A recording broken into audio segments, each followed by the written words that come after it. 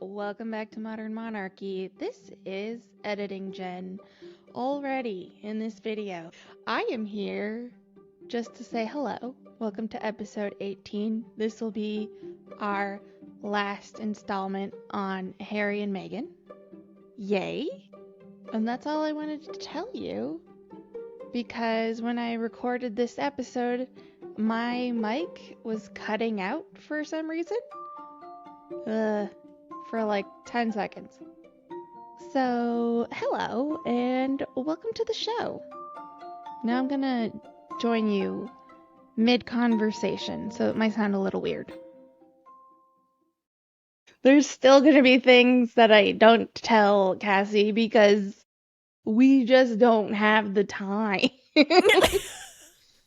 Believe it or not, we're adults with lives. Yeah, after this though, we might be able to cover some current events. Yay!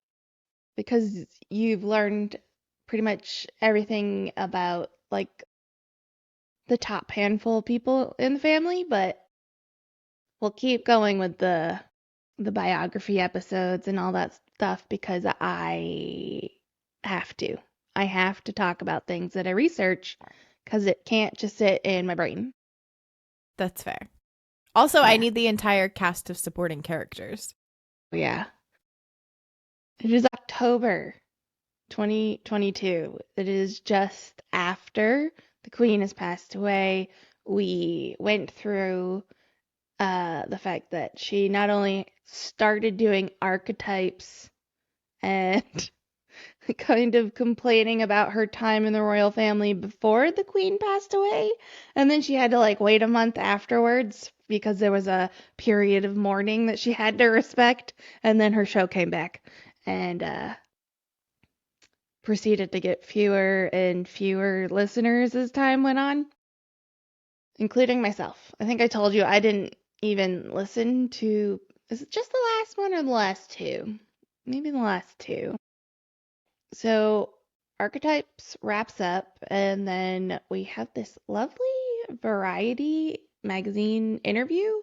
I thought it was an interesting choice to do an article about grieving the Queen when you don't really have a particular history of respecting her legacy or her family or anything that had to do with the Queen. I feel like you kind of have to, though, because she's such a big figure that they have to be like, well, you got to talk about her. You got to say something. We need to know. One thing we want to notice is this is where she wears this green dress for the first time. And it also seems to have popped up again in her advertisement for the holiday episode of With Love, Meghan. And so lately in the news, there's just been some rumors that, well, she must have just stolen the dress from the Variety photo shoot and then just has it now. So when that rumor came out, obviously Meghan's people had to put something in People magazine or something. They had to fight back the rumors, and they were like, well, no, she was allowed to keep it because it needs to be part of her royal archive. Yeah, you know how they just archive all royal members' clothing. Every single outfit ever. And definitely this green dress we would have remembered. If you're gonna say anything, just say she bought it. Or just stop at she was allowed to take it per the designer or something. Right. Don't start with the she has to archive this. Or she had to take it because somebody might try to sell it because it was on Meghan. It's a designer dress. It's going to be expensive on its own. Nobody's going to pay more because Meghan was in it for a magazine photo shoot. Right. Okay. In this article, she talks about the Netflix show Harry and Meghan, which hasn't come out quite yet, but is about to. So if you could read what Megan has to say about this Netflix show that's coming up. All right. What can we expect from Liz Garbus's docuseries on You and Your Husband? It's nice to be able to trust someone with our story. A seasoned director whose work I've long admired, even if it means it may not be the way we would have told it. But that's not why we're telling it. We're trusting our story to someone else. That means it will go through their lens. It's interesting. My husband has never worked in this industry before. For me, having worked on Suits, it's so amazing to be around so much creative energy and to see people work together and share their own points of view. It's been really fun. She didn't answer the question. Yeah, she did in the way of saying, we don't really have any control over what is said in this show, so you can't blame us if people get mad about it. But it's, what can we expect from this on You and Your Husband? And then she doesn't. I mean, specifically, what can we expect is not answered, but she's just saying, whatever you see, that's not me. I didn't do that. So Well, because I we're would just trusting like our you story to, to somebody else. I would just like you to see part of the trailer that was advertising said show.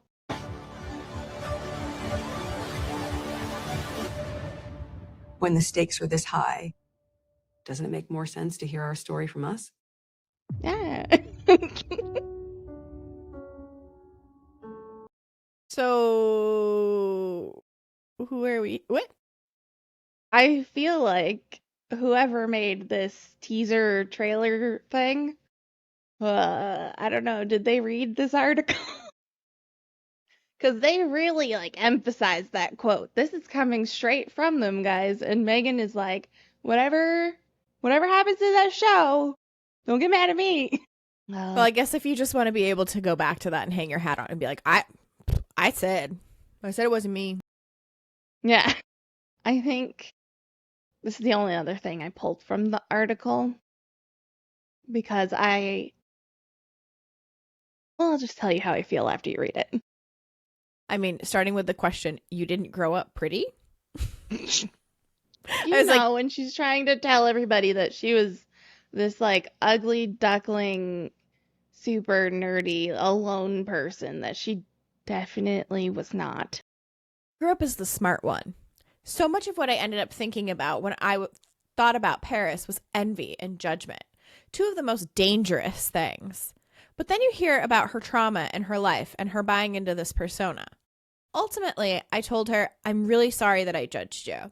I wanted her to be safe and comfortable. I told her I wasn't looking for a gotcha moment. I want a got you moment where we get you. And the episode was not framed as a defense of Paris, but the humanization of her. Or it's the humanization of her. And it's true for everybody. I don't care what situation you're in. If you're a 16-year-old boy or girl or a woman in the workplace feels objectified or dehumanized because their character is misrepresented, I hope everyone listening with an open mind could come away thinking, could I just actually consider for a second that there's a person there? I've done a lot of internal work. I'm from California. It's in the water. And whether you're exercising or meditating, you're sometimes asked to picture a person that makes you angry. You think about them, you get it all out, and then you're asked to think about them as a 6-year-old child. Can you forgive them? That's how I contextually approach that. So that was a bit of a meandering answer. Yeah. Basically, well, the thing I wanted to pull from this is that she's talking about an episode from Archetypes where she talks to Paris Hilton in her, is it the bimbo episode? Just about being like a ditzy little girl, because that's the persona that Paris Hilton always puts on. But we all know that's not what she's actually like. And the thing I wanted to say, the thing I wanted to pull from this is just that this is the only time I've seen her acknowledge something about herself that isn't positive. Like, she acknowledges she was jealous of Paris because she was always considered to be extremely beautiful. And like that's not a good personality trait. So I'm actually kind of surprised that Megan admitted it and it was authentic. I could see that. I just I just have to acknowledge when she does something and I'm like, "Oh, that was good. Dear Do Grumps. more of that." But then But then, you don't even have But to finish the then- sentence. But then, like okay, so I was trying to think about this last night about how like it's taking so long to talk about these two. And it's really the last 5 years that has all of this information. And it's just because almost every week of the last 5 years, there's been something in the news where you're just like, what are you guys doing? I mean, it's how they stay relevant. It's exhausting. Yeah, but it's how they stay relevant. Yeah. December 2022, they get their first award, and it's called the Ripple of Hope Award. It's given by the Robert F. Kennedy Human Rights Committee, and that's not the current RFK, that's his dad. So the better one. Yeah.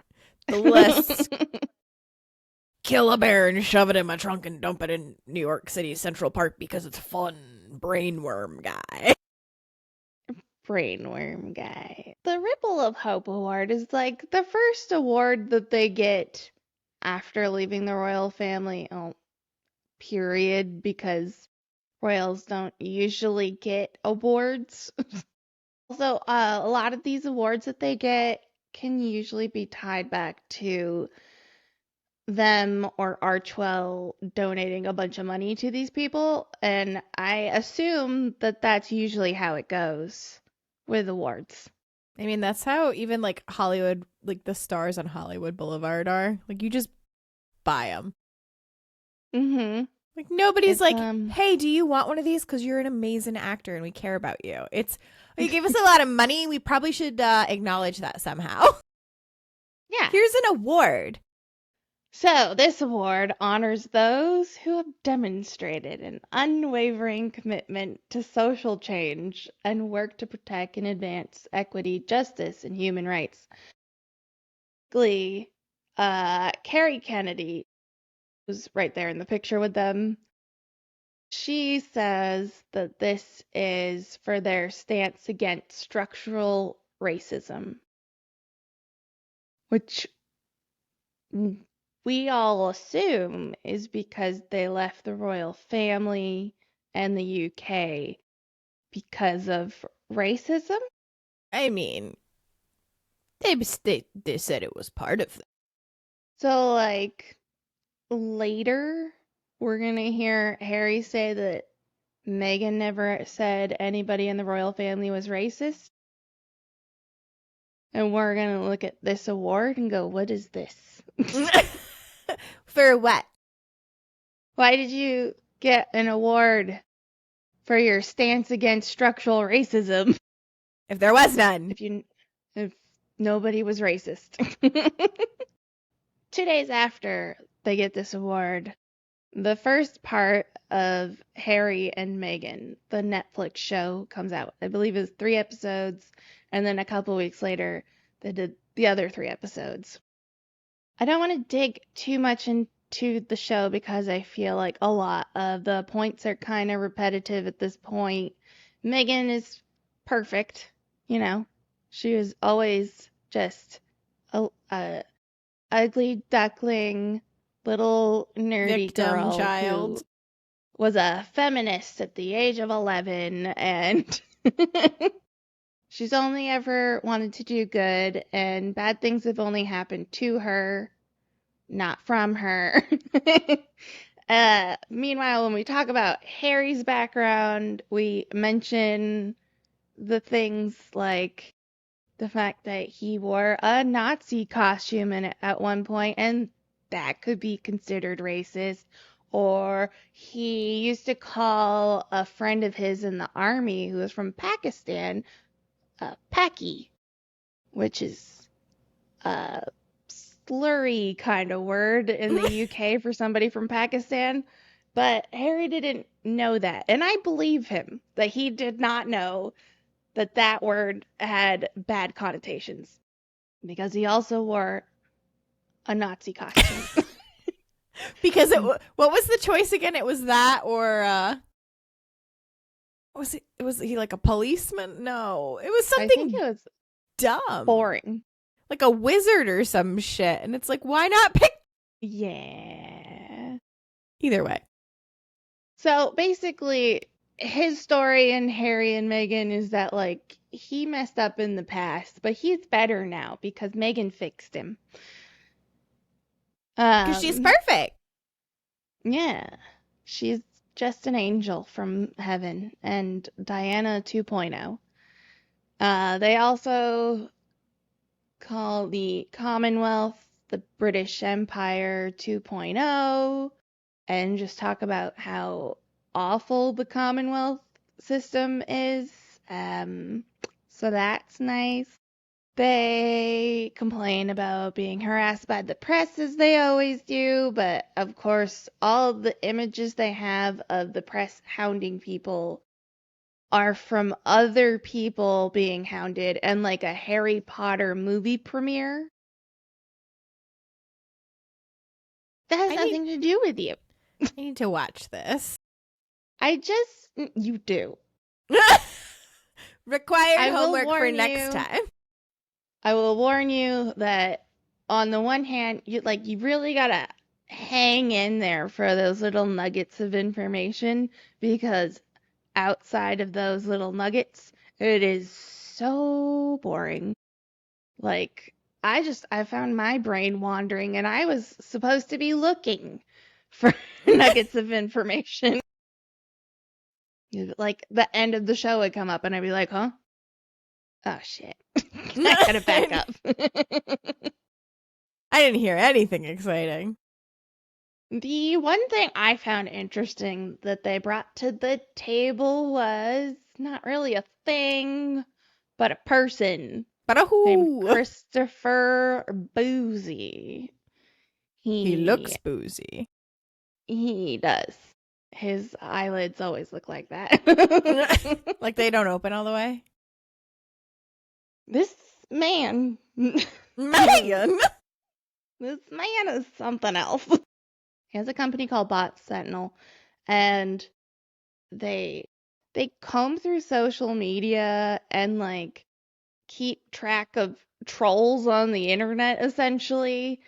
He comes on and says that they were being bullied online and that on Twitter alone there were like thousands of accounts that were only being run by like 85 people and they just had bots everywhere that were just picking on Meghan and Harry. And I was like, that's not interesting at all. First of all, yeah, we know there's people on Twitter doing crappy stuff. Crappy stuff. Why do we keep referencing people's tweets? Hello. Hello. Oh, was that not a rhetorical question? It's kind of. I would like to know, why are these people obsessed with what random people tweet on the internet?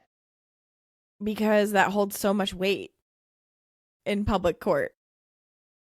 My favorite thing is that he says that these counts are just run by bored, middle-aged housewives. And I was like, you described Meghan really well right there. Is she doing it or is the call coming from inside the house? Right. Also, if you're worried about like mean stuff that people say about Meghan and Harry, shouldn't you be a nice person instead of also a D-bag? I mean, probably. So, this guy is Boozy. He's a piece of work. I am going to show you 3 slides of tweets that he's put out, and I would like you to read them. Hey, Christopher Boozy.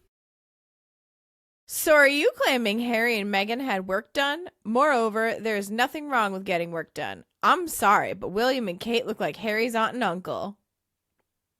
What? It's really nice. What about these ones? I'm sorry, but Prince William isn't sexy. That is quarantine thirst talking. William looks like a balding muppet. Trolls mocked Meghan Markle for not launching her Spotify podcast. Now that she's successfully launched her podcast, the same trolls are mocking her for having a podcast. Let it go. Harry was never going to marry you. You know, I could have agreed with him until that last sentence where he says Harry was never going to marry you. Who wants him? Are you insane? Christopher I got one Boozy more. sounds gay. Like, he's into these princes. Yeah. Also, okay. The fact that we've started three tweets with "I am sorry," but I am sorry. I am so sorry to hear. I am sorry to hear Kate has cancer, and I hope she has a full recovery. But it is also clear that all 3 earlier photos of her were fake, and the palace tried to cover it up. He threw his wife, who is battling cancer, under the bus with the photoshopped image, and then he wasn't even in the video by her side to give her moral support while she shared her cancer diagnosis with the world. There will be people who try to twist this into being mean to Kate, when from day one I've called out the palace and the press. Kate wasn't releasing blurry fake photos of herself. What? People are going to try to twist this into being mean about Kate. Right? What? And yet, you're... So anyways, this guy nut. I swear to God, they only worked with this guy because he was on their side. Does he even have a decent amount of followers? I don't know. Apparently this is from Spoutable, which I don't have. I was gonna say, I'm like, nobody fucking has Spoutable. I think, didn't he? I might have to Google this later, but I feel like Spoutable sounds like he created Spoutable as the original Blue Sky, the left-leaning Twitter. Got it. Which is crazy to me that people that at this stage, Twitter is considered a right-wing app, because it definitely used to be a more progressive place to be. And then it really shifted. Yeah. And then Elon Musk bought it, and now it's chaos. And now it's garbage full of ads. And chaos. Yeah, it's just... Yeah, this guy sucks, though.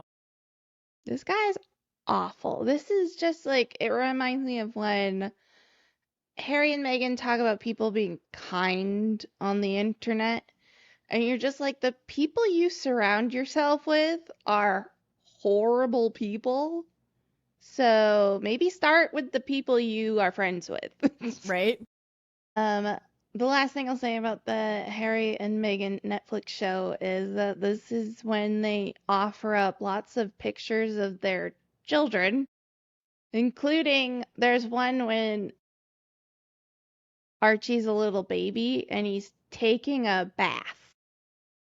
So you want your kids to have their privacy protected, but on a internationally shown television show, you have a picture of your baby in the bath. A choice. Yeah, it's a choice that even I didn't do. I did not put it on my internationally released podcast. Yeah. Because I was uncomfy. Right? It just... The amount that they throw their kids online lately is insane. We don't see the Wales children nearly as much as we see Lily and Archie. And they don't show their faces in the picture, but they've shown like enough of like parts of their faces that we know what the kids look like. We can figure So it out. At this point, you might as well just show their faces. Let's move on to 2023. Right out the gate, we get Spare. Happy's favorite Yay. book. Oh, yep. It's so well written. Poet laureate, Prince Harry. When I read this book, this is when it really started kicking into my brain. The question that keeps repeating of who is advising these people? Because there are things that I've even had you read from Spare that I'm like, why did you put that in a book and offer it up on a silver platter to the people that don't like you? And then complain when they use it against you. But yeah, It's like you told them that. It's like, kind of fair game. I understand that writing a book is supposed to be some sort of like cathartic thing where you're just like getting it all out there. I just feel like his situation does not allow that. Right? You don't want people to be mean to you, so don't offer them up your most intimate thoughts and feelings. In a long form format. Yeah. He also, if you ever want to read the whole book, you could get the audiobook where Harry reads it to you. I mean, at that He point, I'm can kind tell of you tempted. all about his Todger. I think he just wants to talk about his dick. He does. Like A a lot. lot. It's weird. It's real weird.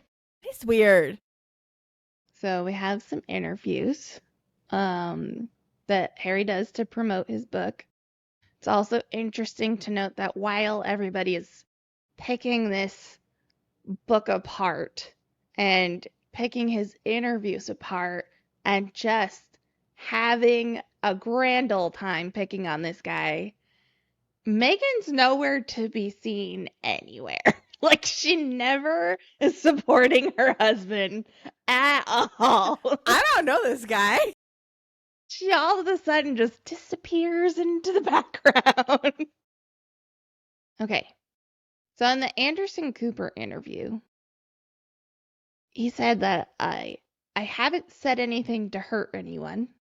When Anderson Cooper brings up the whole like the quote about his brother balding and looking less and less like their mother as time goes on, Harry's like, I didn't say anything to hurt anybody. That was not cutting, as you said. It was not meant to hurt William. And it's like, Then why'd you say it? this book and this interview is when I was starting to wonder if Harry's social cues are a little off. Like, he can't find the line between being honest and being a little too brutal. You can't find the line between joshing around and picking on your brother in an interview and is my brother like actually shitting on me on camera right now? I just feel like there's something a little off there. See it? He does say, oh, this is a great screen freeze of Harry there. Speaking of Muppets. That, that is, when I think about Harry in the last 5 years, that's the face I see. It's my best Harry impression. Excellent. He tells us that he has tried to fix things privately with the family. Obviously, that's not going well. Obviously. And then he has this other interview with Tom Bradbury, who's actually the guy that interviewed Megan in South Africa when she did the whole, nobody ever asks me if I'm okay. Oh, it is this. Okay.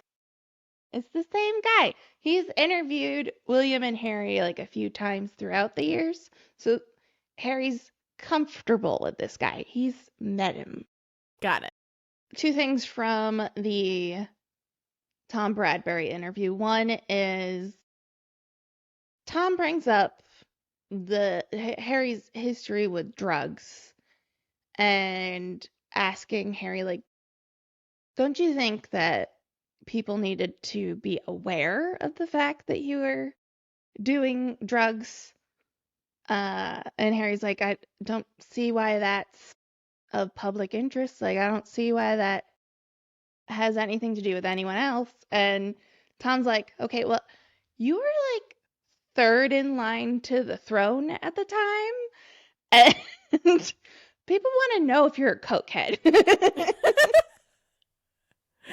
It And may Harry come as a doesn't shock to you, but right? I was like, unfortunately, when you are third in line to the throne, you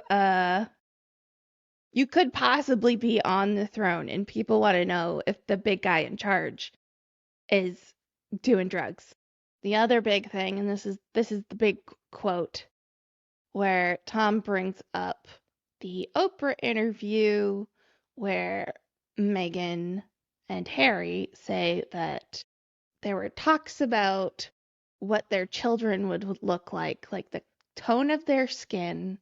And then in tandem, there were conversations about Archie not being a prince, which the last 2 years between the Oprah interview and this Tom Bradbury interview, the entire world has been calling the royal family racist, and these two have said nothing.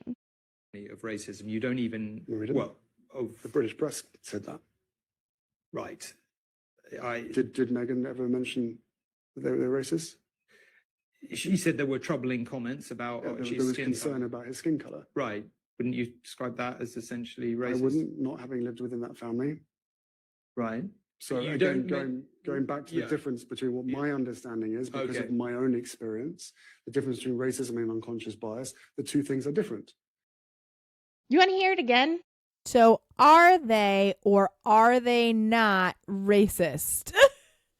Because The answer is them being worried about the color of his skin is not racist because Harry knows these people. right? And also Because I lived in that family and I know they're not racist.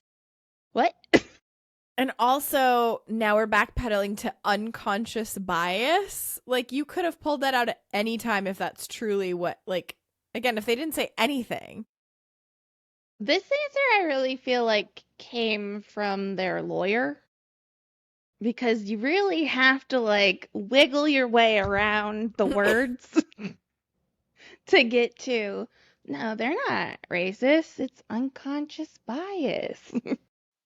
And I think I told you in the last episode, I believe this unconscious bias thing is just what Meghan told Harry because he was going to have a really hard time trying to accept that his family's racist after knowing them his entire life and not seeing that.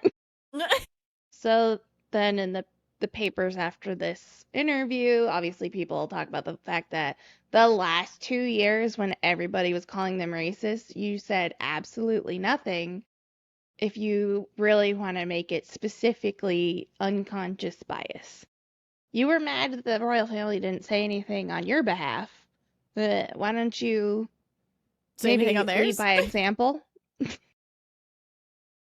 Especially again with the if your argument is, oh no, it's unconscious bias. Again, you had every opportunity to pull that out sooner. Mm-hmm. And this is also a couple of months after you accepted an award for fighting institutional racism. So pardon us if we're confused. So when I do research for this, this episode especially, because a lot of it was in the last 5 years, I would like just go to Google News and pick a month and then just read every headline that comes up from that month about Harry and Meghan to remind me of the order all this crap happened in. That's a really And at this solid way point- of doing it. At this point, I've noticed that a lot more articles are "I'm tired of Harry and Meghan." And I was like, aren't we all? February 2023, the South Park episode comes out. And if you don't watch Harry and Meghan, you need to at least watch the South Park episode. I have seen this episode. Have you? I have. So, in the episode, they go traipsing around the world, just, blowing their horns and announcing their presence everywhere and saying, "We want privacy." I was wondering if you'd seen this episode before the last episode that we recorded. If you'd seen this episode of South Park. Because Which one? I don't know if you noticed in the short that I made from our last episode, but when you were talking about Harry and Spare, you did the whole wah thing. Yeah. And that's the name of his book in the South Park episode. I did not put two and two together. So I've seen the episode, but I didn't even Yeah, because I would have watched so it. Appropriate. I would have watched it years ago. I remember seeing it, or maybe I saw bits of it, so I know what it's about. But that's funny. There's the frozen Todger that shows up in the episode. I don't want to put a picture of that. Another thing everybody really enjoyed was all these magazine covers of Meghan. Most of them are the South Park version of an actual picture that is out there of Meghan, or an actual cover. Like this one in the middle for Time 100 is that image I showed you where Harry looks like her hairstylist from behind. Yes. And everything looks like it's made out of AI. We have these lovely little client database profiles because they're trying to manage their brand with a new company, a brand management company called Cumhammer, and that's South Park for you. Would you like to read the client data on Meghan? Profile. Her profile? Sorority girl, actress, influencer, victim. Also on the side with her other interests: yoga, calligraphy, cuisine, writing, lifestyle, advocating, acting, first lady botherer, lawyer pretending, blogging, feminism. You also have to read her demographics underneath her picture. Oh, she is female, 5'6", 113 pounds, 41 years old, Canadian. Nick. It's very important that you keep that in. I tried to find a screenshot of Harry's profile, but for some reason nobody cares about that one enough to post it on Google Images, and I Womp wasn't gonna pay for the episode to go find it. Oh, we could have watched that. We get it. I just remember that his also said, where hers says sorority girl, actress, influencer, victim. His says something like prince, something else, and his also says victim at the bottom. Oh, I wrote it down. It's royal prince, millionaire, world traveler, victim. And then my favorite part is basically, I think Meghan just starts to malfunction at the end. And Harry opens up her head and calls down inside of her head, which is just this echoey chamber of nothing. Because she's empty. I'm not a big fan of South Park, but the amount of detail that They're they got, really committed. right? That's the thing about South Park is it's a little crude, I get it, but they go hard into getting things right. Mm-hmm. It was very impressive for all royal fans. March 2023, almost 2 years after she was born, they finally christen Lily. And I think they only did that so that on some sort of official announcement, they could now announced to the world that she is Princess Lilibet.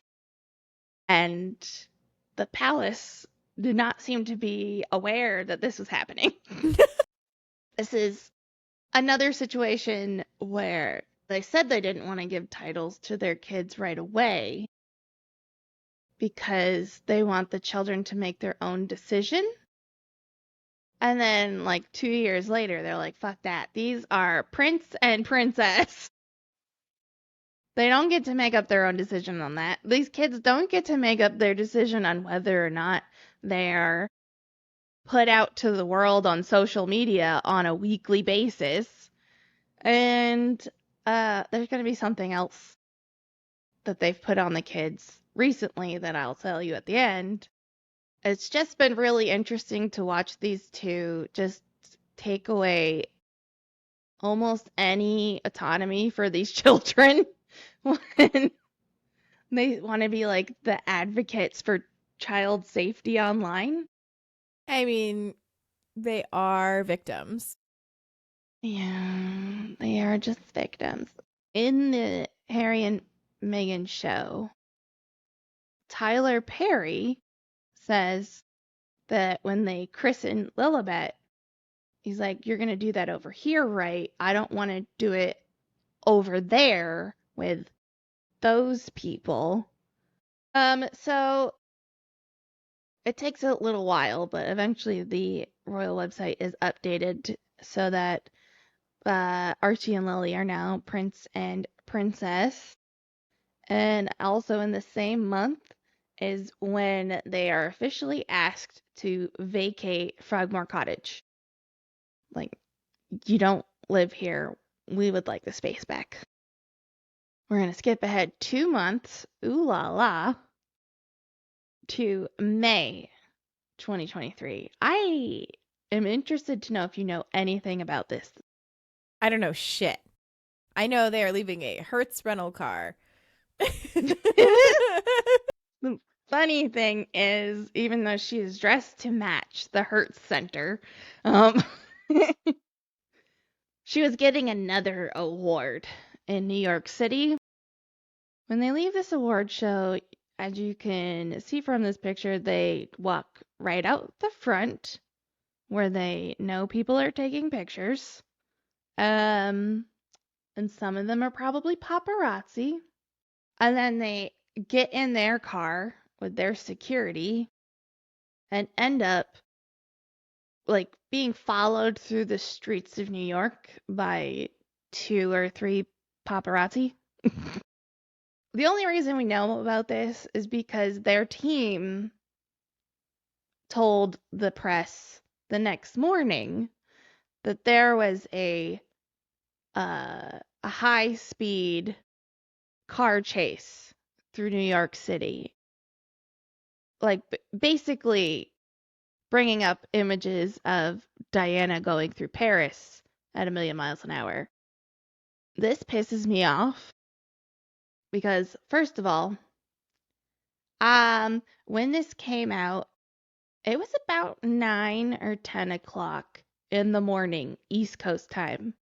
And I know this because I was going to sleep after my overnight shift. And I like went to look at my phone one more time. And then there's this all over the place.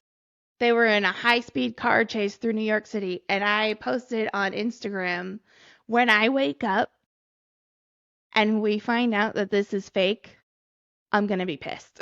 And then I woke up to a message from Katie in Waiting on Instagram. And she was like, how did you know?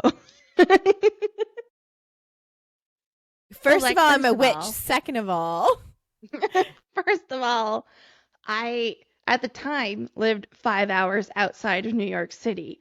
I'm not saying I hear everything that goes on down there, but I would know if in the middle of the night, while I am awake the whole night, that these two were in a high-speed car chase. Like, people would be, like, on their own cameras taking pictures or videos or something. also that would be on a police scanner for sure. People would know. I also found it interesting that it came from their team, and it seemed like they were irritated that nobody was talking about it. We have to tell the Because press because they're guys, not talking about it. they almost died, guys. Just like his mom, guys. They should have security back, guys. I'm like, that's weird because they were with their security and their security royally fucked this up. I am going to try to get through these notes and hope that it makes as much sense as it could, but we got all this information in bits and pieces. This is a picture of these two in a taxi cab because in this 2-hour car chase through Manhattan. Oh, the other reason I obviously didn't believe it was a high-speed car chase in Manhattan is I have driven in Manhattan You can't go anywhere. quite a few times. Nobody's speeding Are anywhere. you crazy? Unless you're driving on the sidewalk and hitting pedestrians, which you definitely Right. would have heard about. So they're in this taxi because their security thought it was a good plan to stop at the police precinct, get out of their tinted windowed black SUV with security guards inside, And and put him go in a into a taxi with a random driver and no tinted windows and just send them on through the city. What could go wrong?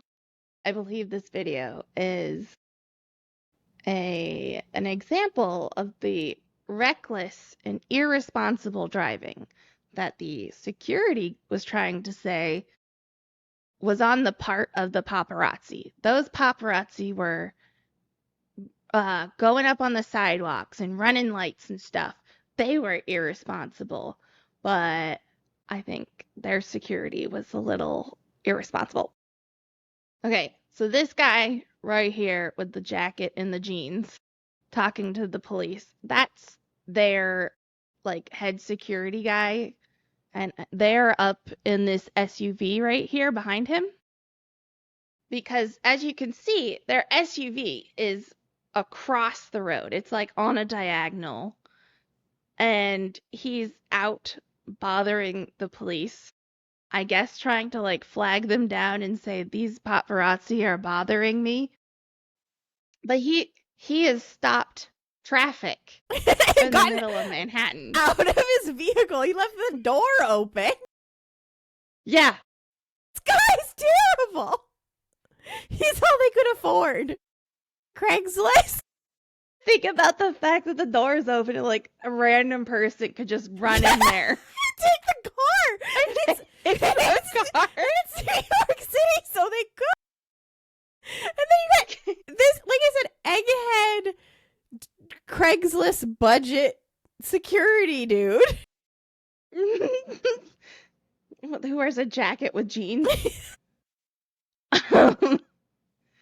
So this video was posted by a German magazine online, and it is pretty hard to find. I could only find it in a clip of a video I knew that had it.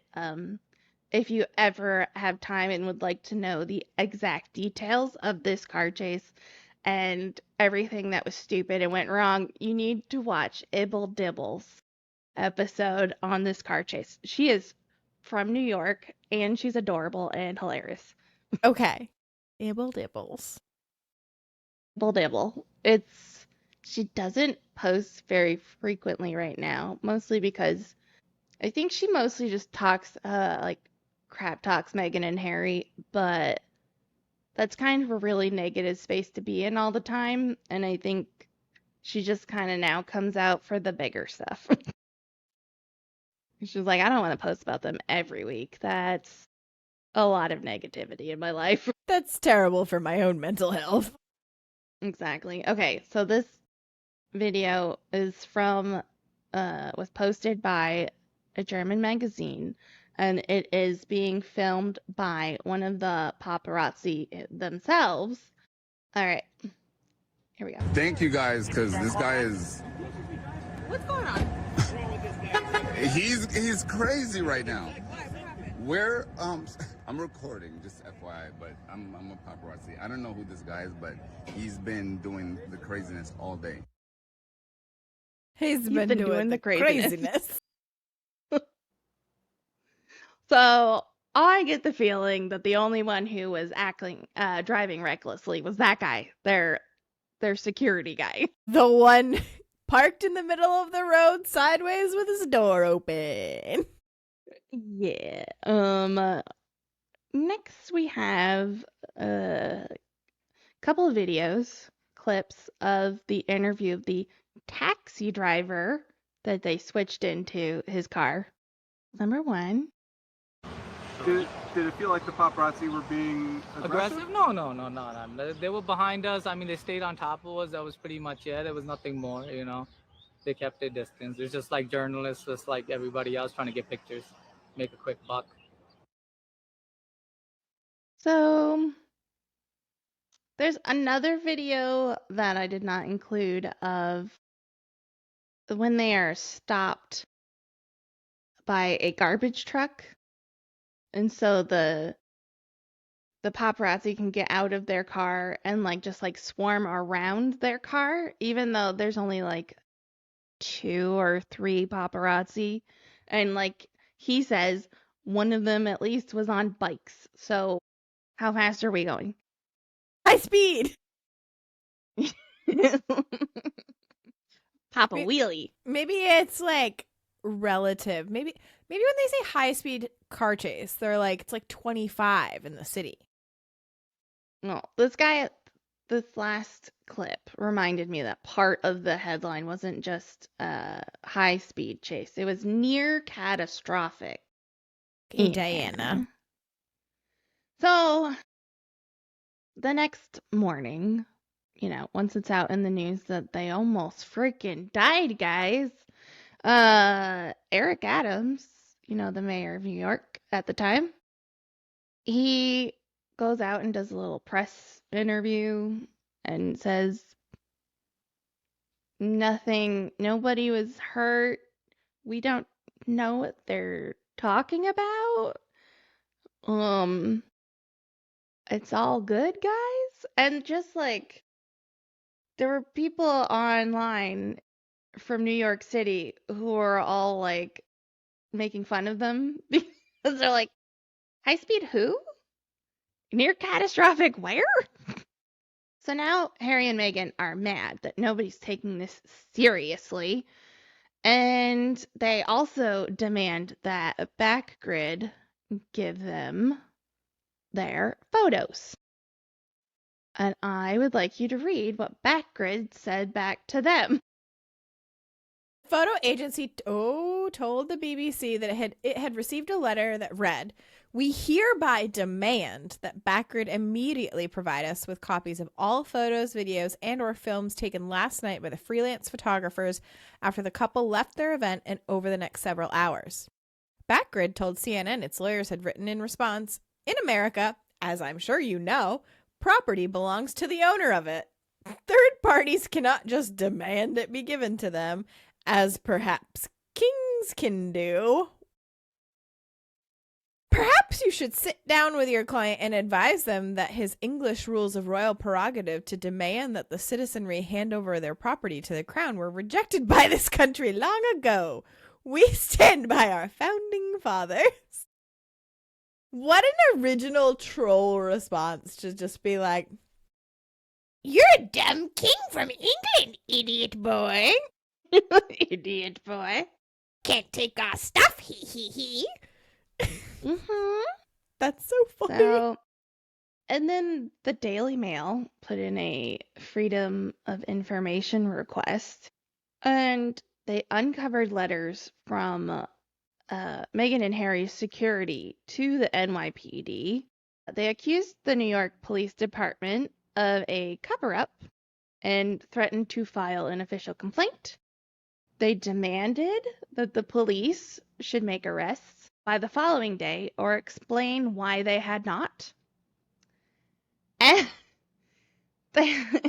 then Harry had contacted the office of Gavin Newsom, the governor of California to assist in finding the right point of contact in the DA's office for further discussions. Okay, I know The Harry's not audacity. from here, but you do not go to the governor of California to get you help with the New York City Police Department. First of all, that's not even how that works. And secondly, there's a bit of a rivalry between LA and New York. So I don't think the police department in New York City wants anybody from California telling them what to do. Genuinely wish we could have asked Zoran Mamdani to answer. If this were to happen to you, how would you treat the situation? I need He'd to just know. smile at them. He would just stand there and smile. You're so dumb. So while this whole thing is ridiculous, the thing, this is another one of those things that just pissed me off. Because in the pictures, you see that Harry's sweating bullets and he's like blocking his face from the paparazzi and like holding up his phone. I don't know if he's like taking pictures of the paparazzi as like evidence for later when he tries to say the police department had a cover up on the whole situation. But Meghan is sitting there with that weird plastic smile she throws on sometimes. Like, I don't know if we go back to the pictures in the taxi cab. Yeah, she didn't really look like she was like, it just looked like she was like, I'll dissociate a little bit. Yeah, especially this one on the left where she's just looking straight ahead and smiling still. Right? She doesn't look human. Like, She doesn't look human. And is her mom just like looking at her phone? yeah. She's The whole thing, she's like, yeah, I'm in a taxi in New York. That's what we do. obviously very stressed out right now. Look at her. Crazy. I think they were followed by a couple of paparazzi. I think their security team escalated this to a level it did not need to get to, especially when they were blocking traffic. I think that Meghan may have connected this to Diana to kind of get Harry to be more worked up about it, which doesn't really take a lot because he has a lot of PTSD from paparazzi. It just feels like she took advantage of the situation to connect herself to Diana and to also get Harry to be worked up enough that he's going to do something to fix the problem. I could see that. Anytime she does something that reminds everybody of Diana's death, it makes me mad. Fair. It was the time she told him that she was going to end herself and their child. This car chase situation. And then like a couple weeks ago or a few weeks ago, she was in Paris. And I saw this. yeah, she posted that video online of her in some sort of car putting her feet up on the seat in front of her, but then she also she pans out the window to see the city of Paris at nighttime whiz by the window. The first thing you think of if you've watched any Diana documentaries, you see Paris whizzing by at nighttime and you just automatically think of Diana. Or at least I do. Apparently, a lot of other people did too. I was going to say, a lot of other people. Let's stop talking about the car chase because it's ridiculous. It's ridiculous. It's manufactured evidence. I still can't believe he went to Gavin Newsom. So stupid. It's just like, what did he do recently? His whole security situation, he was denied any sort of changing to the security situation last year. A few months ago? Middle of last year, beginning of last year? Last year. But I mean, like, it was like, I think it was the first half of last year. He lost the appeal again to have IPP status. But the people that run Ravik, there's a new person in charge. And he had written a letter to that person that he needs help with this situation.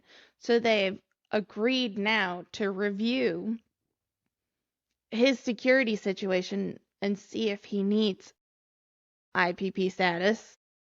But it's only reminding me of this because he wrote a letter to another member of government to help him with his own personal problems. And I'm just like, could you stop doing that? I was going to say, I'm like, that doesn't reek of privilege at all. Right? This especially, the Gavin Newsom thing doesn't make sense. And you only called on him because he likes you. Because you live in California. Right? June 2023, Charles has a coronation. Harry goes. He does not get to sit up with the rest of his close family. He's a few rows back. Meghan does not attend. Then we also have to point out that where he's sitting in the crowd is behind Anne, whose cap has a rather large feather. And his face was blocked by her feather quite a bit of the coronation. You know, somebody was like, hey, Anne, you should wear that hat. I think I read something or somebody asked her about it, and I'm not sure how true it is. But I think she didn't do it on purpose, but when she found out, she had a bit of a giggle about it. She's like, I don't hate him, but that's pretty funny. I love her. Yeah. I didn't point this out during Queen Elizabeth's funeral, but during the funeral service, they're in this same spot. And where Meghan sits, it was directly behind this giant candle, so you couldn't see her face. And we think that they do that on purpose now. It feels like it. June is also when Bill Simmons from Spotify has something to say about working with Meghan and Harry. Last week, Spotify and Archwell Audio released a joint statement saying they had mutually agreed to part ways and are proud of the series we made together. However, sources close to Spotify said the royal couple did not meet the productivity benchmark required to receive a full headline payout for the deal, having only produced one 12-episode series, the Wall Street Journal reported. I wish I had been involved with the Meghan and Harry leave Spotify negotiation. The fucking grifters. That's the podcast we should have launched with them, Simmons said on his podcast, the Bill Simmons podcast. I've got to get drunk one night and tell the story of the Zoom I had with Harry to try and help him with a podcast idea. It's one of the best stories. Fuck them, the grifters. Okay. We also got some information about some of the podcast pitches that Harry had for different shows he thought he would be good at hosting. I spoke to people with knowledge of the situation about what ideas the prince floated and why none of them ever came to fruition. They requested anonymity because they weren't authorized to speak about his work. Spotify declined to comment, as did Archwell Audio. Harry spoke with multiple producers and production houses, these people said, to discuss possible shows. Along the way, Harry listened to various ideas from others, but mostly stuck by his own, including one about childhood trauma. The concept? Harry would interview a procession of controversial guests, such as Vladimir Putin, Mark Zuckerberg, and Donald Trump, about their early formative years and how those experiences resulted in the adults they are today. Harry also had an idea, the people said, for a show centered on fatherhood. Another one would have tackled major societal conversations episode by episode, ranging from climate change to religion. For the latter, Harry hoped to have Pope Francis on as a guest. It really tracks with the guy that reaches out to political figures for his own personal problems. That he's like, well, if I did a podcast, I would interview Vladimir Putin, the Pope, Donald Trump. Like, what? And I would ask them about their childhood trauma. Oh, is that why you're a psychotic murderer? Oh, okay, cool. That makes sense that your daddy didn't love you. February 2024. Did we jump? Ooh, we jumped like 8 months there. Oh, they went 8 months without being assholes. Well, this is also, I'm thinking she's probably busy working on like With Love Megan, because she's going to record With Love Megan in the second half of 2024. So I'm imagining that the first half and maybe like the end of 2023, they were like So they were just busy. getting stuff together. Yeah. They're going to launch Sussex.com, which is going to be like the big umbrella website, not only for their own personal business, but also for R12, the charity, and R12 Productions, and just like everything that they do is now on Sussex.com. If William takes away their titles and they are no longer the Duke and Duchess of Sussex, do they change their website? Because they've slapped their crest and their titles on the front page for the office of Prince Harry and Meghan, Duke and Duchess of Sussex. And it's also called Sussex.com, but if you're no longer the Sussexes, I think you guys change the website. And also, what are you going to do about your last names? Because Meghan's apparently thought it was a great idea for them to just take Sussex as their last name. And I think they said last year that when they were trying to get British passports for the children, that they wanted their last names to be Sussex on the passport. Do you think they're doing that to try to prevent their titles being taken away if they like cement them in all their legal stuff? Feels like it.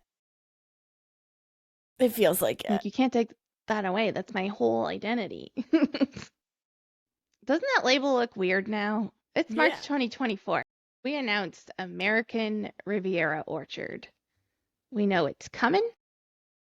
We know she wants to make jam. So first she makes 50 jars of jam and she personally mails them to celebrities, hoping that they'll post them online and kind of organically give advertisement for American Riviera Orchard, which will never exist. She made a website about it. There was an Instagram page. She did like a little trailer for it where she was in some like gauzy film in the kitchen, making, I don't remember what, and then just like walking around her home in a giant ball gown. Okay. It really fit the vibe. Yeah. The other thing we have from March is another positive thing. I want to point out the few positives when we get them. They wish Catherine well with her cancer diagnosis. We wish health and healing. That's about it. And we move on. April 2024. I wouldn't have brought this up at all if it wasn't for everything that just happened with Dr. Sophie Chandauka and his involvement with Sentabali that he no longer has involvement with. But they were recording for the show Polo, his Netflix show. And so they were recording his polo match that was supposed to raise money for Sentabali. So Sophie Chandauka, who works for the charity, is there. And when Harry's team gets the trophy, everybody wants to go pose with the trophy up on the stage. And there's this really weird situation where they're just trying to like line up for the picture, and Sophie wants to stand next to Harry because she's there from the charity, and pretty much Harry's the person she knows the most, so it would make sense for her to stand next to him. And Megan doesn't think that's a great idea.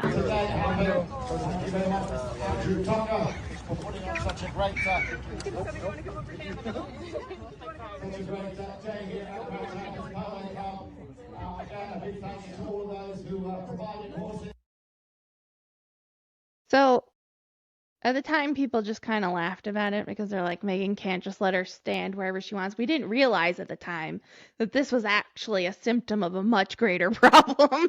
Even if when you're watching the clip, you can hear her in that one say, "Do you want to come over here? Do you want to come over here?" And it's like, if you have to ask a couple of times, I don't think she wants to go over there. Megan, Shut up. maybe let her stand on the other side of Harry. People are saying she didn't want her to stand next to Harry. I think Megan wanted to be in the middle. That's all. She's like, I need to be center focus for the picture. Just like this other picture where it's the same day and they're posing, like the polo team is posing with the picture of with Right. the award, and she She's has like, to be in the middle. I did this too, guys. Let's keep moving. May of 2024, not related to these pictures, on the side, royal.uk, which is obviously the royal family's official website, they delete Harry's official statement from when he first started dating Meghan, and he'd asked all the press to not be mean to his girlfriend. It's an interesting thing to do because they archive like all of the official statements. And so to like secretly go back and just like delete that one. That was an interesting choice. Also in May, this is the faux royal tour in Nigeria. They did 2 of these trips last year where they look like royal tours because celebrities don't go to other countries and have like 2 or 3 days of excursions with photographers following them. First, it's confusing because you're not royals. You're not going representing anybody. Yeah, you're just going. You're just going to go, which is cool and all, but like, why does this look like a tour? We also had this weird situation where, this might be really nitpicky, but I think going into a school with a bunch of children basically half naked is a little weird. Like, she doesn't have a back to this dress, and you can tell she's not wearing a bra, and it's just like, it's a little weird, especially because Nigeria is a little bit more conservative to begin with, and you're dressed like you're on vacation. Right. It just feels like you're not really taking any of this very seriously at all. This is also one of my favorite parts from this faux royal tour, is Prince Harry actually inspecting the troop, which is, I feel like he's even feeling really awkward about.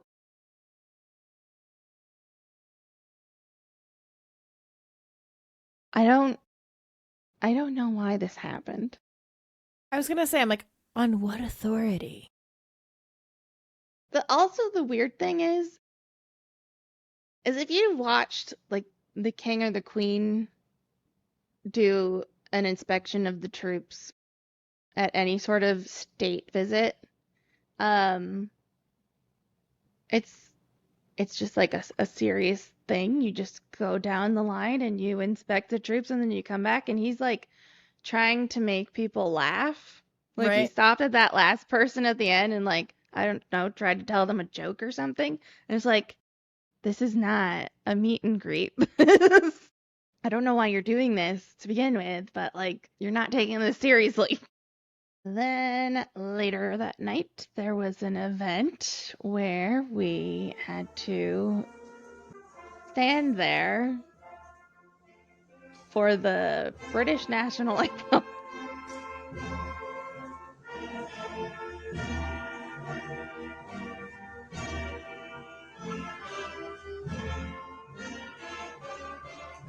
They look so He's sweating. uncomfortable. Look at his eyes.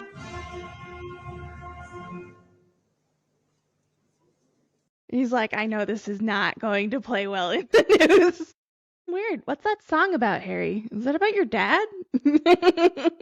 There was this one situation where Megan was having a talk with some other women in Nigeria who like have businesses and whatnot, and talking about how to become a successful career woman.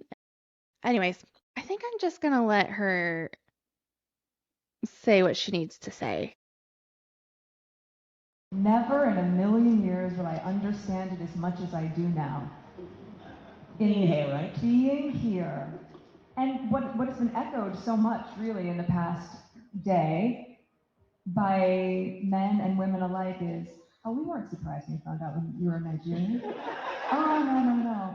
And I say that mostly as a compliment to all of you, because what they define as a Nigerian woman is brave, resilient, courageous, powerful, beautiful.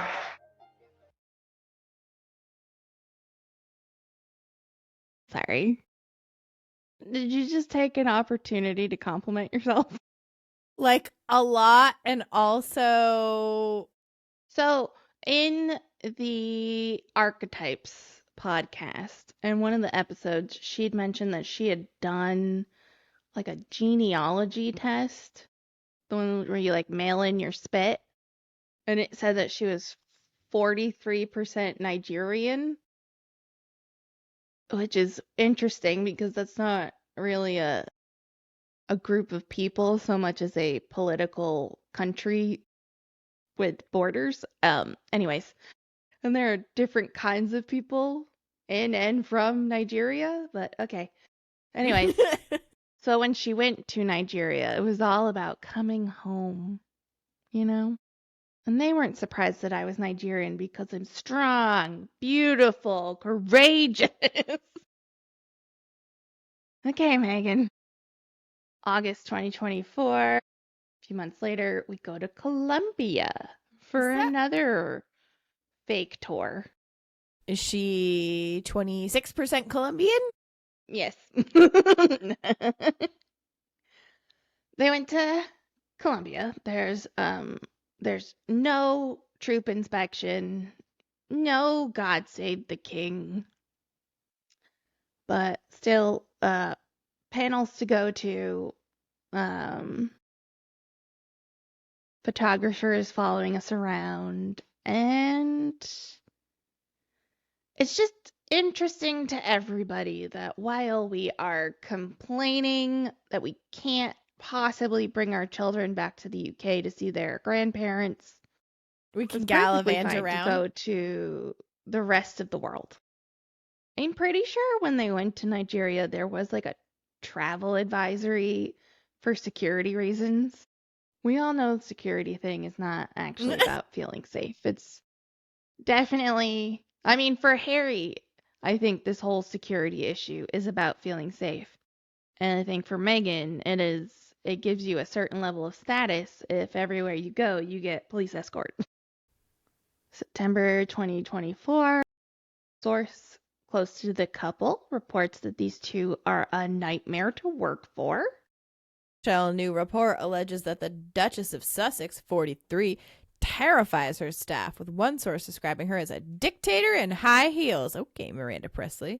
Who has reduced grown men to tears. The embarrassing expose was published by The Hollywood Reporter on Friday and is likely to rattle Markle and her husband, Prince Harry, who is celebrating his 40th birthday this weekend. Everyone's terrified of Meghan, the source close to the couple alleged in the article, which examined high turnover among Sussex's staff. Say that 3 times fast. No, She belittles people. She doesn't take advice. They're both poor decision makers. They change their minds frequently. Harry is a very, very charming person. No airs at all. But he's very much an enabler. And she's just terrible. Yeah, I think we all can get that vibe from the outside.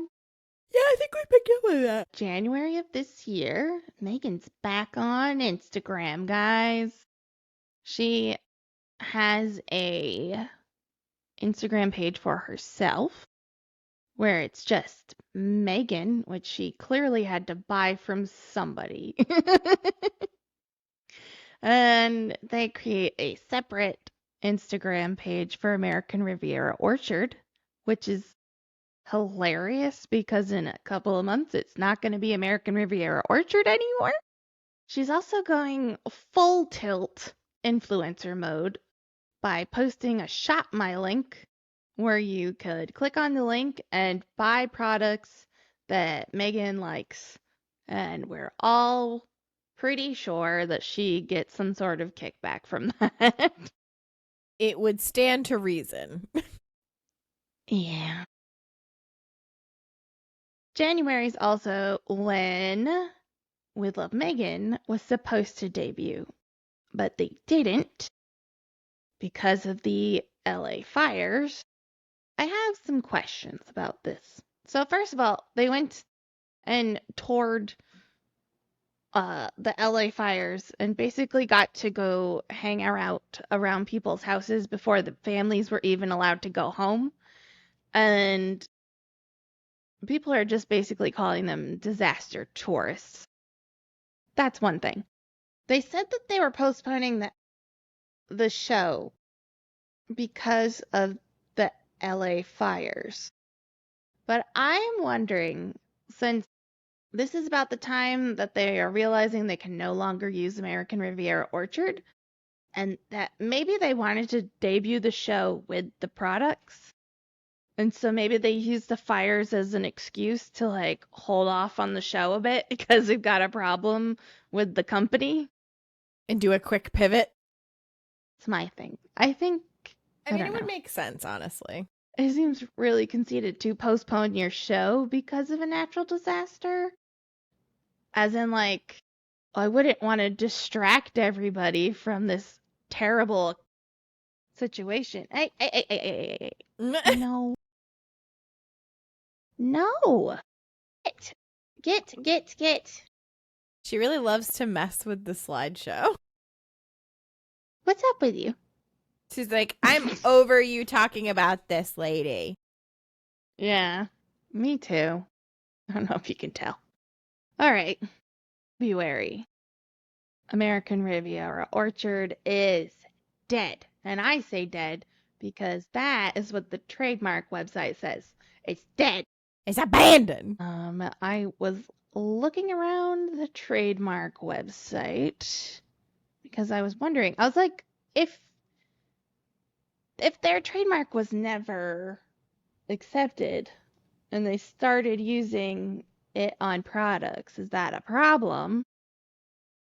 Because they also use as ever, but the trademark is not officially through.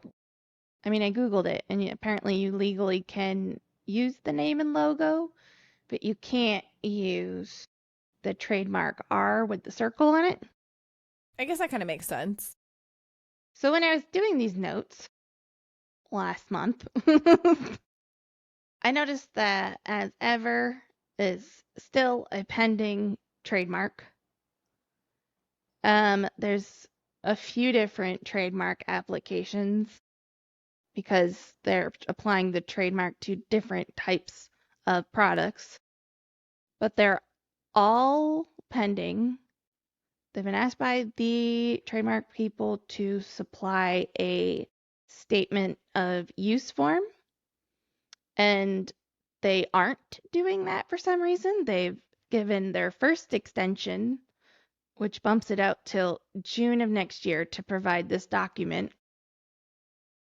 And I think you can only extend the amount of time you have to produce this document before they kill your trademark application. I don't like, understand why they're not. I was gonna say, I'm like, why are you having such a hard time producing this document? I believe with American Riviera Orchard, there was a problem where like they forgot to sign a document. And after the first year of Archwell, the charity was delinquent for a little bit because they didn't pay their annual dues. And they said, "Oh, it's not our fault. The check got lost in the mail." And I'm like, who sends checks anymore? They just live in a What do you different mean world, the check got Jennifer. lost in the mail?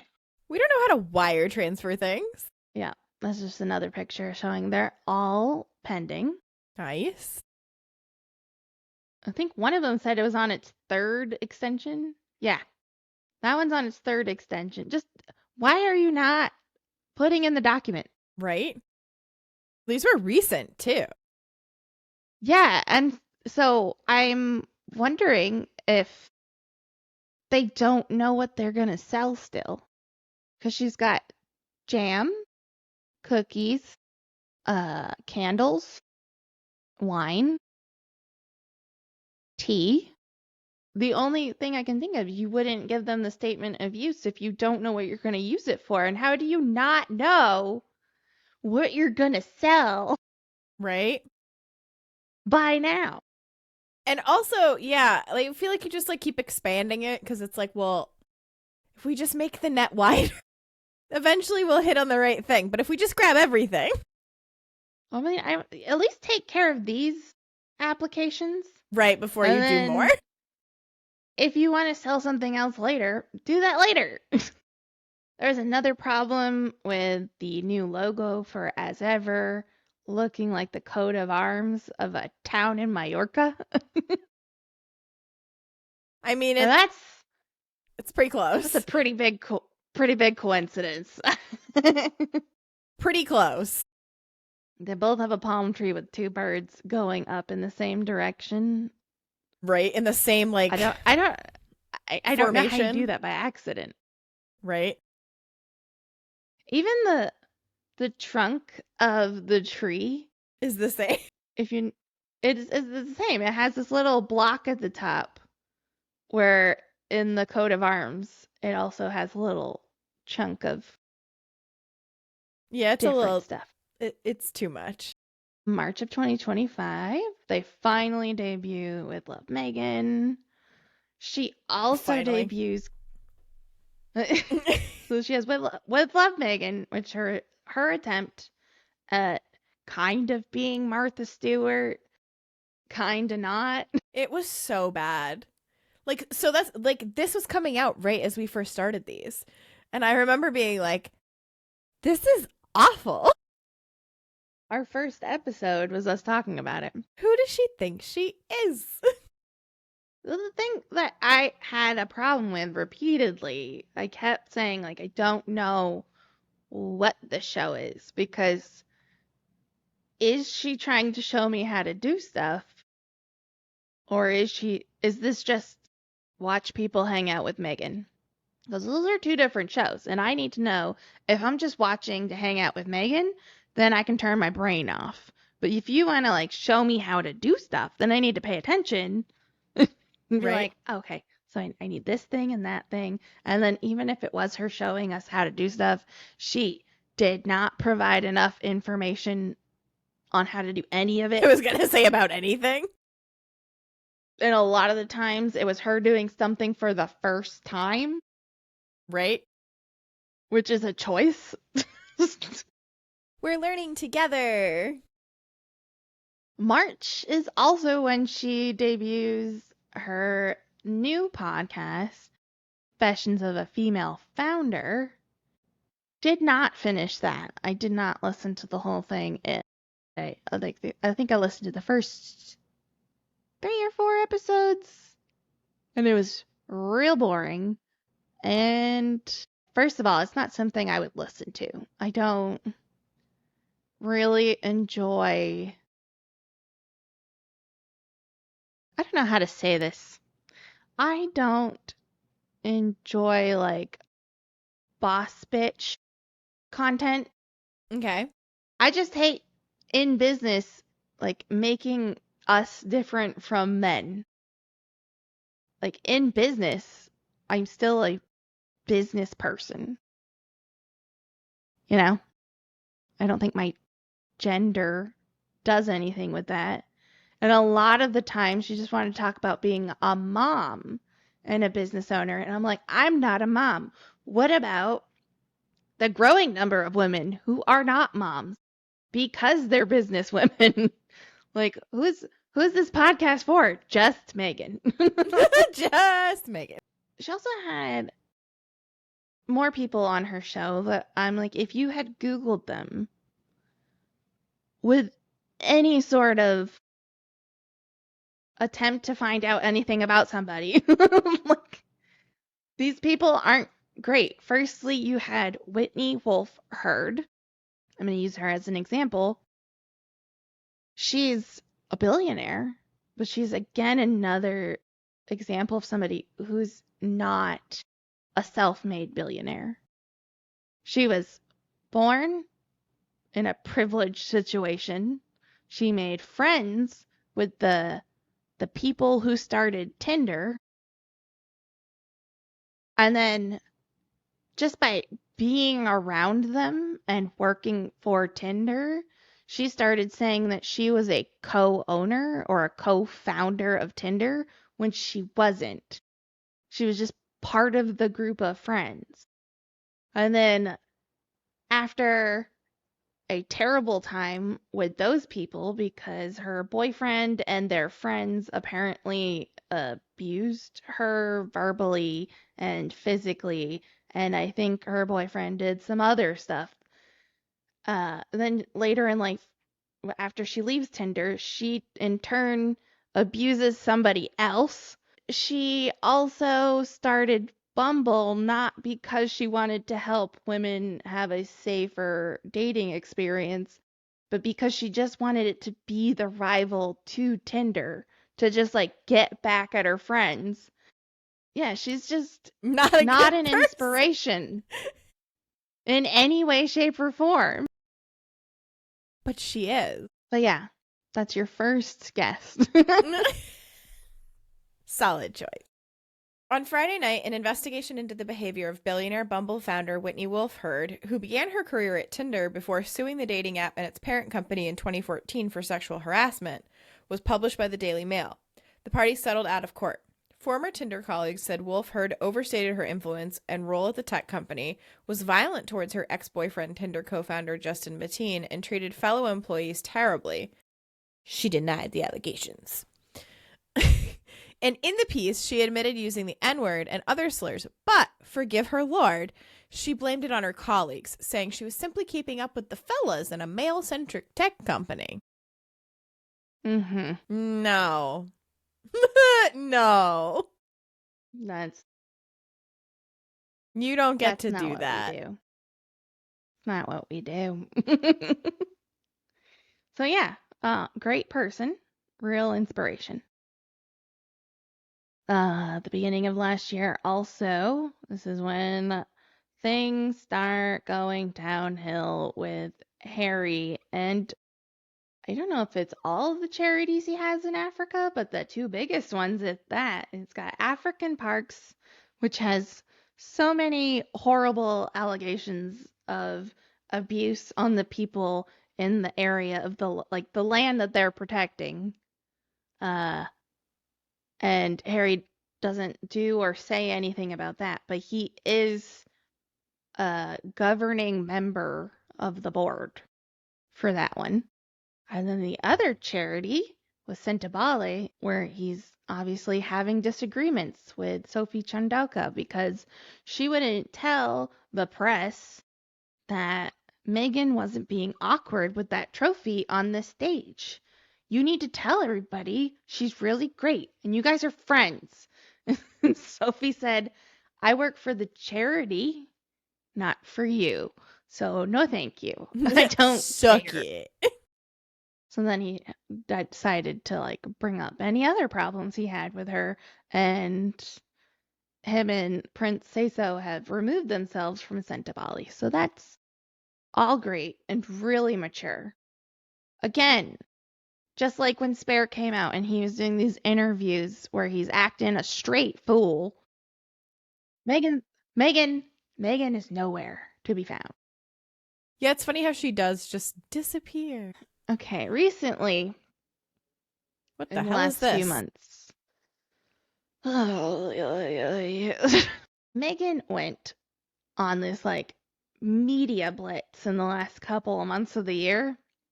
And it started off with her trip to Paris Fashion Week, which at this point I was really, really tired of her because like she posts every other week on Instagram and I don't even keep up with those anymore. And she had the show and then the second part of the show and then the podcast and then articles in magazines and whatnot.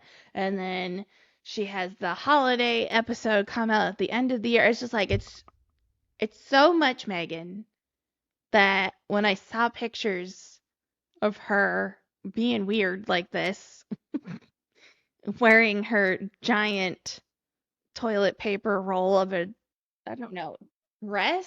Is it a Coat? dress? It looks like a coat. A coat wrap thing. I at this point was like, I don't care. I am not gonna look into it. I don't want to read any articles on it. I believe at that time it was the beginning of me feeling really ill all the time. Mm. So I was like, I have She did this to you. no cares. She did this to me. She made you physically ill. Honestly, it was the video where she's whizzing around in the back of a car in Paris and everybody's mad that she's reminding everybody that she's where Diana died. I read in an article that she went to a Balenciaga show.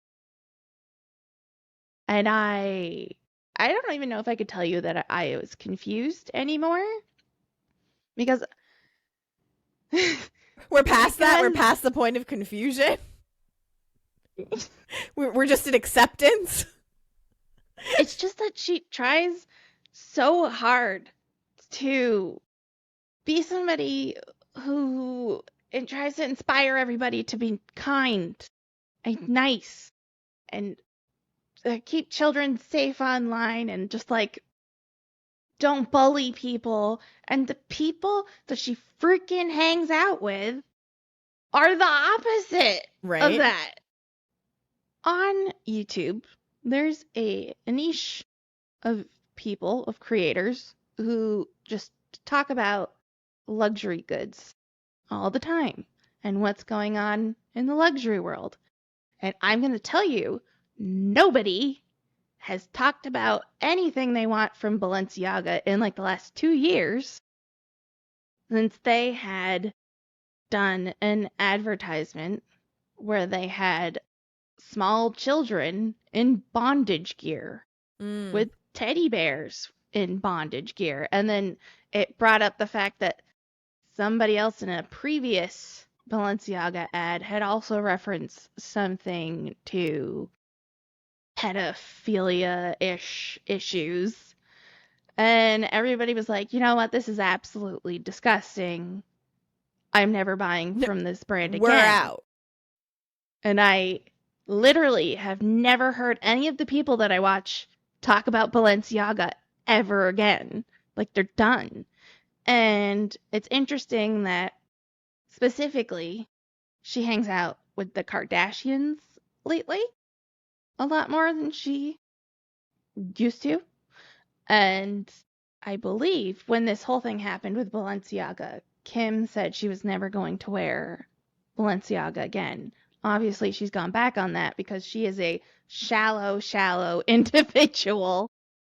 So I'm thinking that maybe talking to the Kardashians, they've kind of made it normal to like Balenciaga. The worst part of it is she wasn't invited. She invited herself.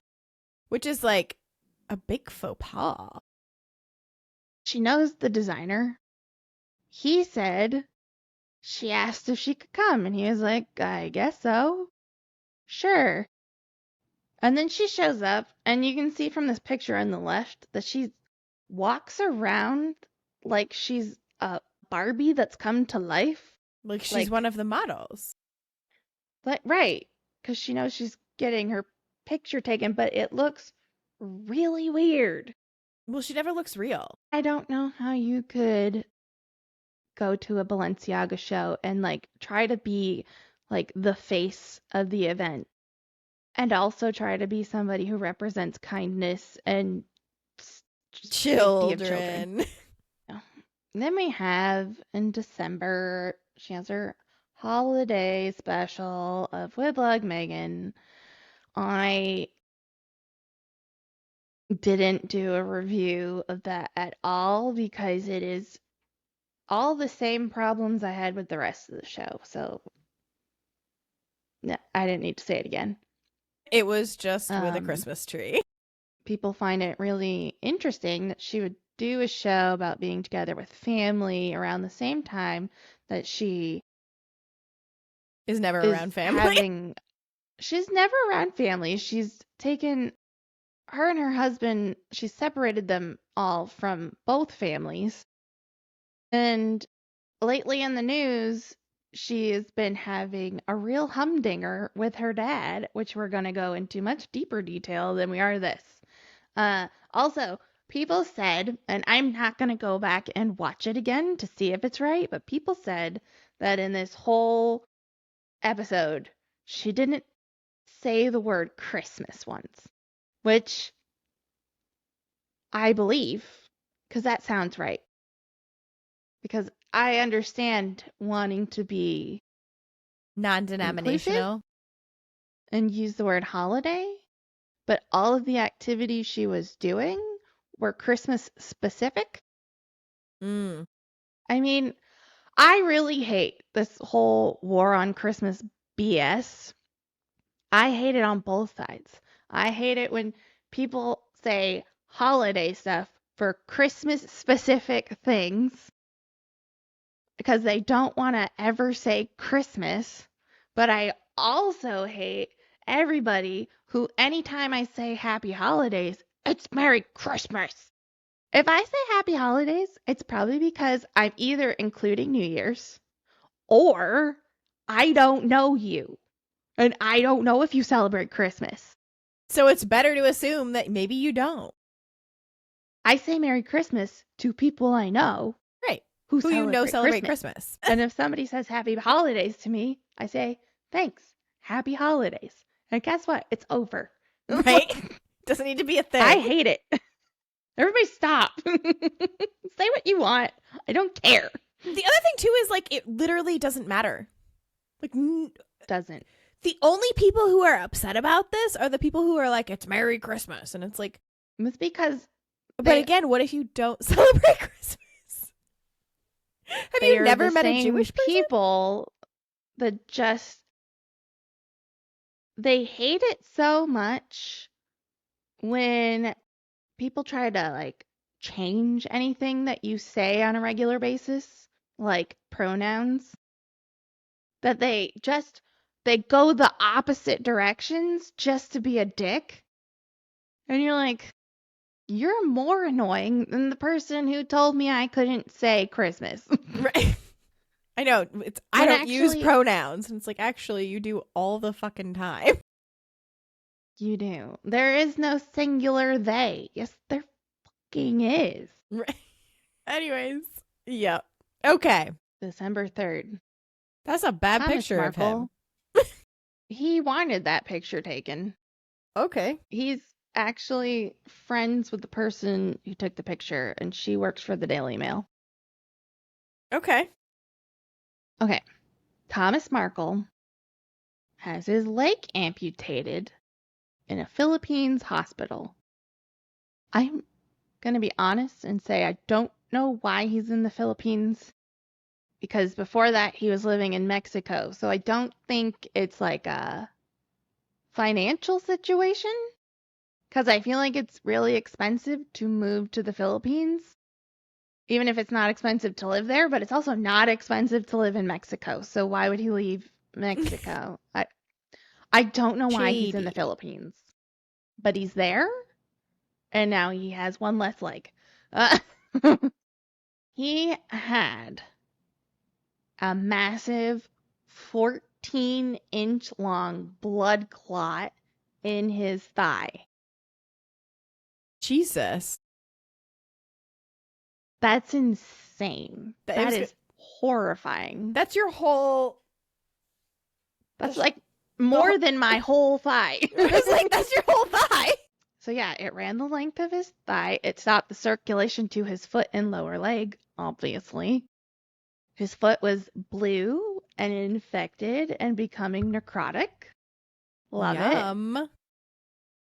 And the quote from Thomas Markle is, "I wanted to lose weight, but this wasn't quite the way I imagined it." That's such a dad quote.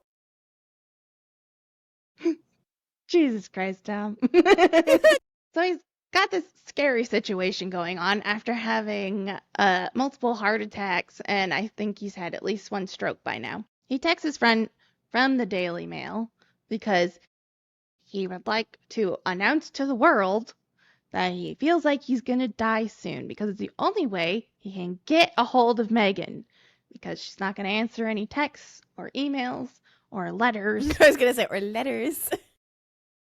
So he puts it in the news. Meghan, after a couple of days of the internet telling her she is a horrible human being for ignoring her father this time, first, she has somebody who works for her go find out, like go investigate and see if this is an actual thing that's happening or if he's lying. Interesting. How would he get away with lying about having a leg removed? I feel like eventually we'd probably see him with a leg. I mean, again, it would stand to reason. So somebody goes and fact checks this. So they find out it's real. So she emails him late Friday morning after learning that he had actually undergone the procedure. December 6th, so like 3 days later, the Daily Mail, his friend, asks if he got the email because Meghan's team had actually announced in like People magazine or something, like they announced it to the press that she had emailed him, as in like, fuck off, guys. She reached out to him. It's fine. Give But her he a was break. like, Thomas was, quote, confused by the statement and claimed he had not heard from Meghan because she had written it to an email address he hasn't used in at least 5 years. But he has never changed his number, and she didn't want to try that at all. So, the next thing she does, we know this because her team likes to tell us everything she's doing for some reason. Meghan has personally called several hospitals in the area she thinks he lives in effort to locate her father. But has not been able to confirm where he's being treated. December 10th, it is announced that Thomas has received a letter and it is safely in his hands. I'll have you read a little bit about him getting his letter. Then things got stranger. On Monday afternoon, the assistant to the president of the hospital came into his room brandishing a one-page legal document headed Consent and Waiver for U.S. Embassy Representative Visit. The document said that Tom... it's a lot. The document said that Tom hereby requests and allow a duly authorized person in the U.S. Embassy to visit me in my hospital room for consular assistance. It went on to waive his legal rights to privacy. Under Philippine laws, hospitals cannot disclose the name of a patient to anyone, and added the visit is at the request of the U.S. Embassy. After he signed and the assistant left, he said, "What do you think that was about? Who would get the U.S. Embassy involved? Do you think it's Meghan and Harry?" Moments later, a consular official entered the room. When Tom asked who called the embassy, he said, "I'm sorry, sir, I don't know." He thrust another paper in front of Tom, headed with a U.S. crest, and the words, "Written consent to release of personal information under the Privacy Act." The official explained, "If somebody calls the embassy and asks about you, can you give the specific names of people the embassy is authorized to give details to?" Tom gave 4 names: Prince Harry, Meghan, Thomas Jr., and me. On Wednesday. That's Carolyn, his Daily Mail person. Got it. On Wednesday, Tom was in the middle of a physiotherapy session when the president of the hospital walked into the room with her lawyer with no warning. I covered his amputated leg with a sheet to preserve his dignity. He was asked to sign yet another legal document to confirm that he was about to receive a letter from his daughter and that the letter was sealed and personally handed to him. The lawyer said the handover would be videoed so that a video could be sent to Meghan. The whole thing felt surreal. I offered to leave the room. Tom asked me to stay. Once the handover was complete and duly taped for the Sussexes, he and I sat staring at each other. The letter in its glaringly white envelope lay on his hospital bed. Tom was physically trembling at the sight of the letter, so I asked Tom whether I should move it. So what was in the letter? Again, bothering government officials with your personal frickin' problems. What is wrong with you guys? And you couldn't just send him a text.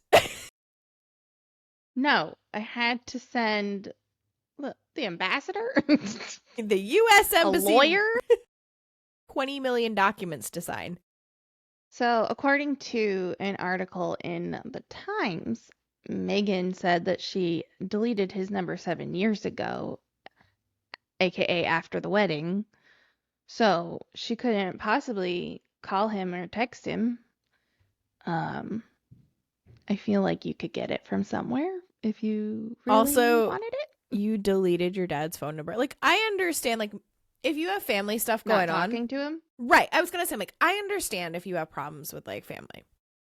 I'm not saying that that doesn't occur. And that that's not a justified solution in a lot of situations. Mhm. However, you don't delete the person's phone number because nobody, first of all, nobody remembers phone numbers. So you either block Right. that phone number so it's still in your phone, but it's Or you blocked. change the name to do not answer. Exactly. Yeah. Exactly. That's why I don't delete a lot of numbers for like years after I'm officially done talking to someone because I'm afraid if it pops up, I have no idea who it is. Exactly. Exactly. That's a Yeah. crazy thing to do. Also, according to this article, in the letter, she tells him, quote, how she feels, fully expecting it to be published. My guess is it sounds an awful lot like The other one. letter where she is so condescending and like also sickly sweet to him, and it's disturbing. Basically, she just tells him everything is your fault and you're a horrible person and I can't talk to you because now you have a bestie who works for the Daily Mail. I can never trust you again. And it's like, who are you to talk? Right? Aren't you and your husband out here like giving the royal family secrets away? Lying about Shut up. catastrophic car chases? Supposedly in the letter, she also mentions that she has no intention of seeing him again. And this is all happening while her holiday special is on Netflix. And family is important. That's so important. Unless you hate them. And then never mind. 3 more points. 1. Archwell has slightly rebranded to Archwell Philanthropies. I don't know why they needed to do that, but they did. I would like you to read what they posted about their new little kind of rebrand. Archwell Philanthropies is home to the charitable work of Prince Harry and Meghan, the Duke and Duchess of Sussex, as they broaden their global philanthropic efforts for meaningful reach and maximum impact. After 5 beautiful years, the Archwell Foundation is becoming Archwell Philanthropies. This charitable entity allows the couple and their children to expand upon their global philanthropic endeavors as a family. How is that different than a foundation? It's not. Just checking. There's Archwell, the foundation now, but there's also Archwell that does the commercial stuff, like Archwell Productions and Archwell Audio. I'm just wondering how much money kind of floats between the two because they have the same name. Also, a lot of people are pointing out that in this announcement, they've now included their children, Yeah, right? as in, like, this is a legacy that they're gonna hand off to their children. You're posting them online all the time so you can sell your jam. You gave them their prince and princess titles when you didn't need to, because they could do that later, should they want to. And now you've decided that they are going to be philanthropic heroes? Yeah, duh. I blame this on all the people who have said in the last few months that William and Catherine are doing their larger umbrella projects so that they have a legacy to pass on to their children, which I've told you is stupid. Like, first of all, most of, like, William's two big things, Earthshot and Homewards, have time limits on them. Like, one is a 5-year project, one is a 10-year project. Yeah, they're not legacy projects. They would also just, like, never tell their children which direction they're going in. Right. Like, this stuff, William stuff is William stuff. Catherine stuff is Catherine stuff. The Royal Foundation, Harry and William started on their own, and now it's just Catherine and William that head the Royal Foundation. And I feel like when the kids are old enough, if they really want to be working royals, they'll make their own foundations. Charles had the Prince's Trust, which is a huge charity and has helped millions of people.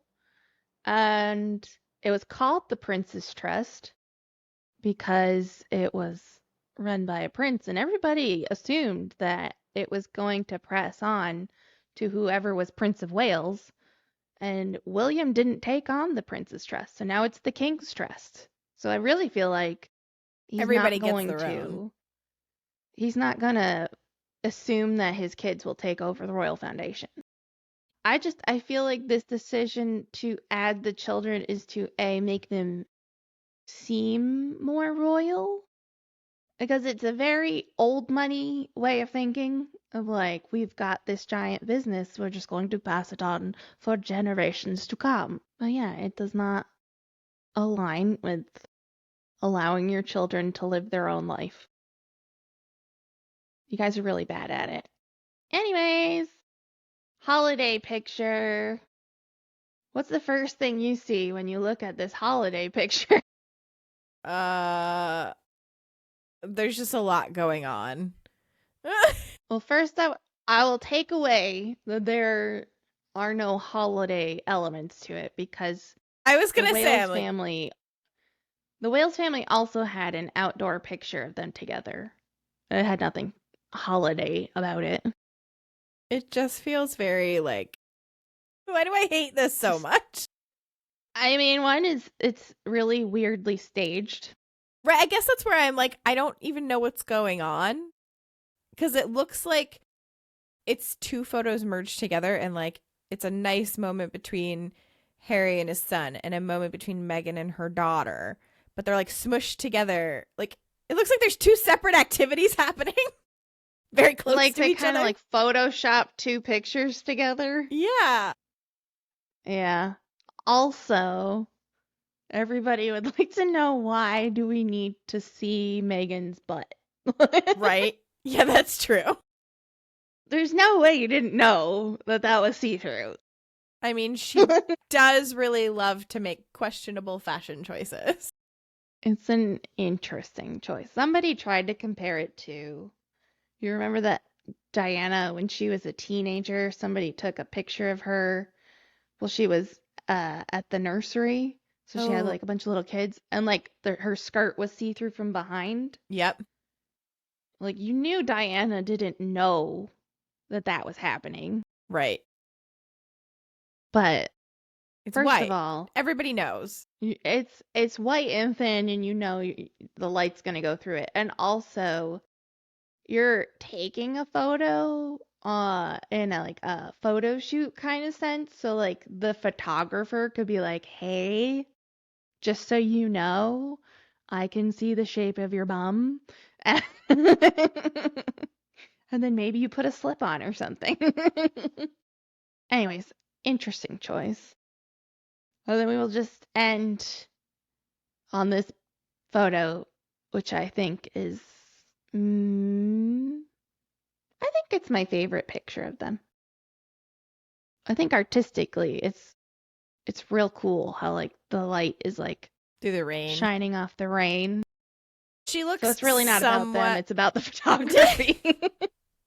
I was going to say, I'm like, really? This is your favorite? They feel somewhat more genuinely happy in this photo, too. Like, she looks slightly less robotic. He looks happy.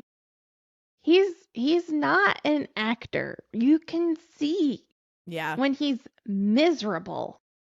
Right. They grew up in two completely different worlds where like he knew he was being recorded almost all the time. And so you just have to live your life and just be yourself, no matter if there's a camera or not. And she was trained to be on a stage or on a set. And when the camera's on, you're on. Right. And so it's just really interesting to see them try to